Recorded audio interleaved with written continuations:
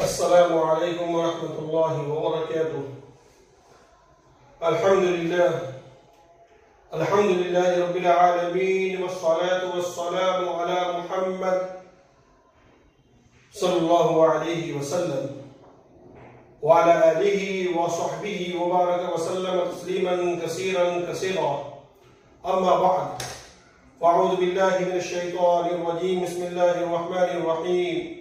الحمد لله رب العالمين. أيها الإخوة، إن الله سبحانه وتعالى ذكر في كتابه العظيم المبارك المحترم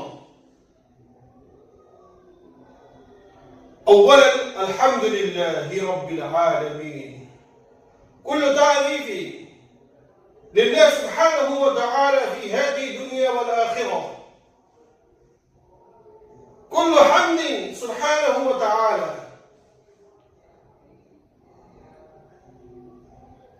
الإنسان يمكن له كي يحمد الله سبحانه وتعالى كل وقت في حياته الانفرادية والاجتماعية.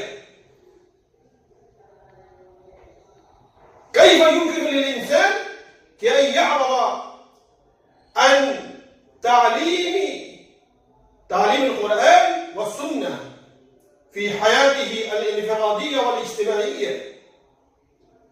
أيها السادة، إن الله سبحانه وتعالى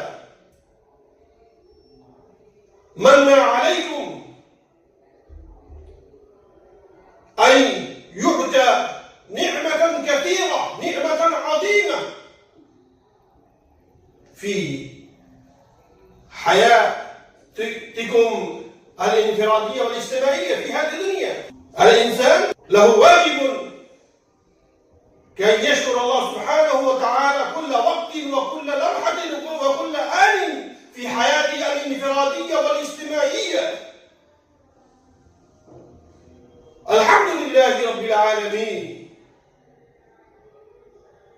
هو رب العالمين، هو رب السماوات، هو رب الأرض، ورب الإنس، ورب الجن، ورب كل شيء في هذه الدنيا والآخرة.